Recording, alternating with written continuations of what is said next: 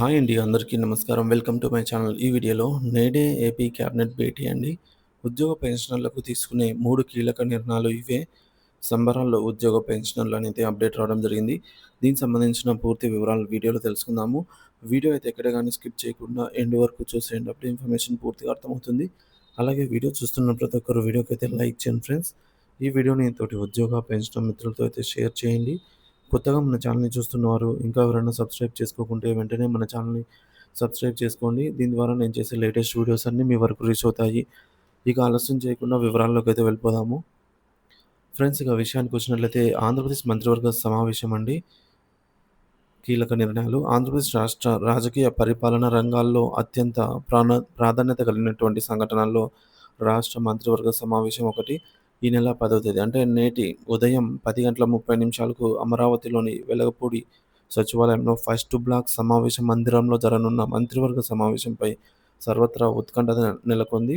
ముఖ్యమంత్రి నారా చంద్రబాబు నాయుడు గారి అధ్యక్షతన జరిగే ఈ యొక్క సమావేశంలో పలు కీలక అంశాలపైన చర్చించి రాష్ట్ర భవిష్యత్తును ప్రభావితం చేసే ముఖ్యమైన నిర్ణయాలు తీసుకునే అవకాశమైతే ఉంది. ఉద్యోగులకు తీపి కబురు. ఈ మంత్రివర్గ సమావేశంపై ప్రభుత్వ ఉద్యోగులు, పెన్షనర్లలో ప్రత్యేక ఆసక్తి నెలకొంది. గత కొన్ని నెలలుగా పెండింగ్‌లో ఉన్న కరువు భత్యం పెంపుపై ఈ సమావేశంలో ప్రకటన వెలువడే అవకాశం ఉందని విశ్వసనీయ వర్గాల ద్వారా తెలుస్తోంది.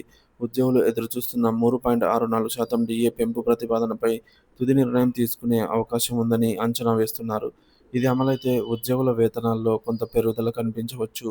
డీఏ పెంపుతో పాటు చాలా కాలంగా ఎదురుచూస్తున్న కొత్త పే రివిజన్ కమిషన్ నియామకంపై కూడా ఆహ్, సమా సమావేశంలో చర్చ అయితే జరగనుంది. రాష్ట్రంలోని వివిధ ఉద్యోగ సంఘాల పెన్షనర్ల ప్రతినిధులు తరచుగా ఈ అంశాలపై ప్రభుత్వం దృష్టి సారించాలని, వేతన సవరణ కమిషన్‌ను ఏర్పాటు చేయాలని డిమాండ్ చేస్తున్నారు. ఈ నేపథ్యంలో పీఆర్సీ కమిషన్ నియామకంపై ఒక స్పష్టమైన నిర్ణయం వెలువడే అవకాశం అయితే ఉందని, ఇది ఉద్యోగుల దీర్ఘకాలిక డిమాండ్లను నెరవేర్చడంలో కీలకమవుతుందని భావిస్తున్నారు. కొత్త పీఆర్సీ నియామకం ద్వారా ఉద్యోగుల వేతనాలు, అలవెన్సులు, పెన్షన్ల విషయంలో సమగ్ర సమీక్ష జరిగి ప్రస్తుత ఆర్థిక పరిస్థితులకు అనుగుణంగా మార్పులు చోటు చేసుకునే అవకాశం ఉంటుంది. ఇది ఉద్యోగుల ఆర్థిక భద్రతను పెంపొందించడమే కాకుండా వారిలో నూతన ఉత్సాహాన్ని నింపుతుందని ఆశిస్తున్నారు. అభివృద్ధి, సంక్షేమంపై చర్చ, నిధుల కేటాయింపులు. డీఏ, పీఆర్సీ అంశాలతో పాటు రాష్ట్ర అభివృద్ధి కార్యక్రమాలు, సంక్షేమ పథకాల పురోగతిపై మంత్రివర్గ సమావేశంలో లోతైన చర్చ జరగనుంది.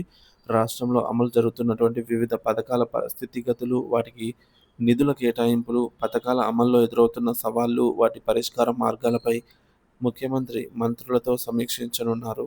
ముఖ్యంగా గ్రామీణ అభివృద్ధి, వ్యవసాయం, విద్య, వైద్యం వంటి కీలక రంగాల్లో చేపట్టిన ప్రాజెక్టుల పురోగతిపైన ప్రత్యేక దృష్టి సారించే అవకాశమైతే ఉంది.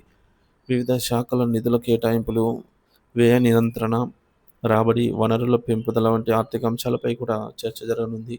రాష్ట్ర ఆర్థిక పరిస్థితిని సమీక్షించి భవిష్యత్తు ప్రణాళికను రూపొందించడంలో ఈ చర్చలు కీలక పాత్ర అయితే పోషిస్తాయి అని చెప్పవచ్చు. కొత్తగా ప్రకటించిన పథకాల అమలుకు అవసరమైనటువంటి నిధుల మంజూరుపై కూడా మంత్రివర్గ నిర్ణయం తీసుకునే అవకాశం అయితే ఉంది.